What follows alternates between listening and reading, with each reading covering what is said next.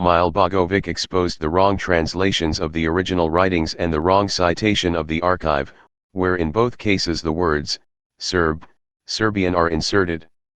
Marko Jačov went to the Vatican, to paraphrase the title of his book, To the Balkan Mission to the Vatican. In this picture we see the original text and the insertion of the words, Serbian, Serb. It is this part where the original is mistranslated. The numbers in front indicate the file numbers. In this picture we see where Jačov wrongly quoted the text of the original in which he simply added the word Serbian. All these are just partial examples, so in both cases, with wrong translations and wrong citations of the original, one can go on indefinitely. Marko Jačov did not create this practice, but continues it. His predecessors are Aleksa Ivić, Nikodim Milaš, Jovan Radonić, to name just a few. None of them has clarified on what basis he allows himself such translations and conversions, so neither does Jačov. In addition to these two types of errors, there is a third. Namely, he translates the word Serviani as if it were for Serbs as people or nation. But, this term was generally used for Orthodox. For example, where it was clear that they were Bulgarians, who were Servians by religion. For example, the Russian tsar is in one case called a Serb, and the Catholic Šokac, where neither Šokac nor the Serb in that context are nation or people denominations, but religious ones. In comparison, the word Croat never meant a religious term. Etymologically, the word service also meant slave. Thus, in one case, the Croat Ljutiša ended up as slave, service.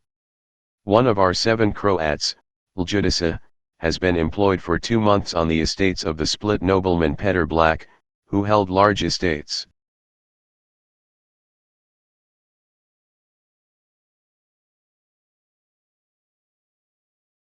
I will cover this, bloody roof.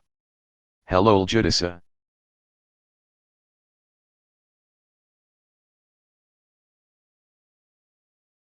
Ljutiša does not work for a salary.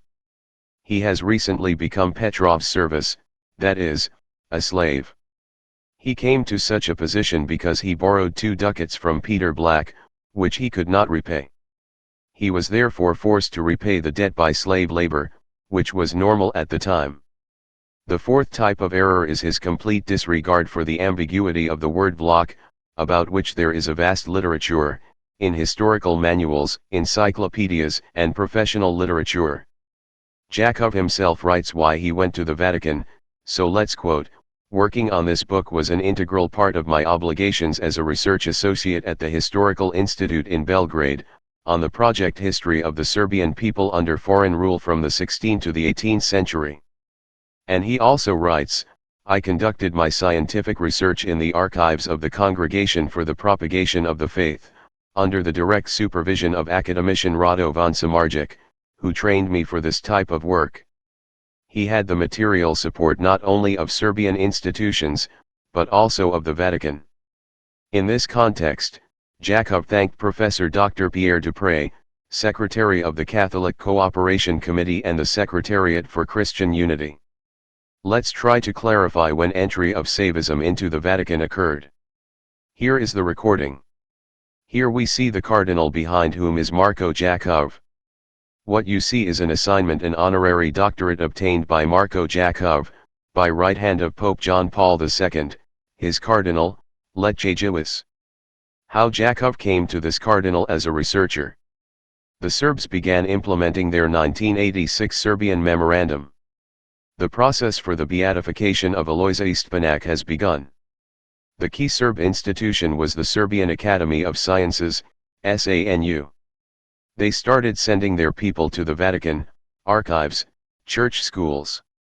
Serbs were sponsored, for example, by Azione Cattolica. Catholics sponsored Saivism. Italians think it's ecumenism, it's spirituality to them. Italians do not understand Saivism. Jačov was sent to the Vatican by SANU academician Radovan Samardzic. SANU was the architect of crimes during the breakup of Yugoslavia. Samardzic dealt with various topics, including the Serbian identity of Dubrovnik. Marko Jačov was born in Dalmatia, Serbian. Jačov was sent to the Vatican to investigate the Serbian origin of Dalmatia. Jačov entered the archives with the support of the Italians. Because Serb and Italians have a common interest, to destroy the Croatian identity of Dalmatia. The most Italian historiography considers Dalmatia an Italian country. Jačov denies the Croatian identity of Dalmatia, and argues that all Vlachs and Dalmatians are in fact Serbs. Just as they sang "We Two Brothers Fight Together" in World War II, so Serbs and Italians work together today. So Tommaso Dal Vera and the entire Italian historiographical team gave him a place at the University of Lecce. And Jačov spreads those ideas. Jačov worked on the destruction of the Croatian identity of Dalmatia, as did the Italians, only on the Italian side. We see that Jačov was given an honorary doctorate. How he got to that position? You know that the Englishman who was in Belgrade or Sarajevo, if he was alone, returned married to a Serbian woman. Serbian services follow everything, they are serious. Jačov marries a Polish woman named Marija Domini, with whom he has a son Milos. That Polish researcher Maria had access to the papal cardinal, and Jačov came to that cardinal through Maria. And through that cardinal all the doors were open to Jačov. That cardinal was with heart and soul with Alojza Stepinac. And we see what they were capable of doing.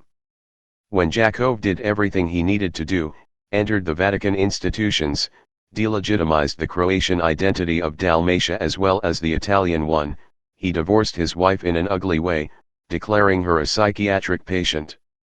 And Jačov is today authority in Europe for Dalmatia. Jačov published his pamphlets in a Vatican magazine called La Civiltà Cattolica, a semi-official Vatican newspaper whose issue cannot be published without being seen by the Vatican Secretary of State. Jačov publishes in La Civiltà Cattolica. I have noticed something during the War of the 90s, when foreigners, expert historians from various countries, university professors, theologians, bishops, etc. came. When it comes to the relationship between Catholics and Orthodox, they think that we are in conflict over their orthodoxy, and they with us regarding our Catholicism. And that doesn't matter. They did not send us theologians, rather they have sent us those interested in Jasnovac, and they did not even know the issue of Jasnovac in the right way. They even sent atheists. I was once with those who wrote the memorandum in 1986. I could not notice that they believed in God, it did not matter to them. And as for the defense of the Serb ideology, they came here with an arsenal of arguments. So it was not a conflict between Orthodoxy and Catholicism. When Savism Patriarch Irenage came to Croatian Dalmatia, he said that it was a Serbian land that needed to be annexed. We Serbs tried the war, we failed, so we will try the new memorandum. This is Savism. It is not a sin that their desire is to defend the state and the people.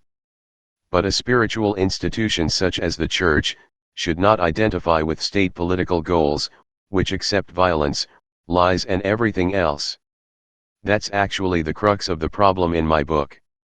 That the Serbian Orthodox Church follows political programs of the Serbian state.